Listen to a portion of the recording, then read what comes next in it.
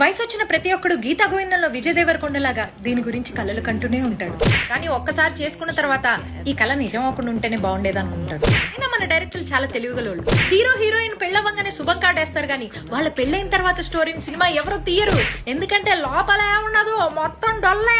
మొదట్లో అరవింద్ స్వామిలా కనిపించిన మొగుడు తర్వాత ఆరో నరేష్ లా కనపడడం మొదలవుతుంది. ఇంకా వీళ్ళిద్దరి మధ్యన అనిల్ అంబానీ ముఖేష్ అంబానీ కంటే ఘోరమైన బిజినెస్ డీల్స్ మొదలవుతాయి. హౌస్ ఈఎంఐ నువ్వు కట్టు, కార్ ఈఎంఐ నేను కడతా, కరెంట్ బిల్ నువ్వు కట్టు, వాటర్ బిల్ నేను కడతా. ఇక పోను పొద్దున్నే ఎవరిదారిని వాళ్ళు పోతారు, సాయంత్రం ఎవరిదారిని వాళ్ళు పడుకుంటారు.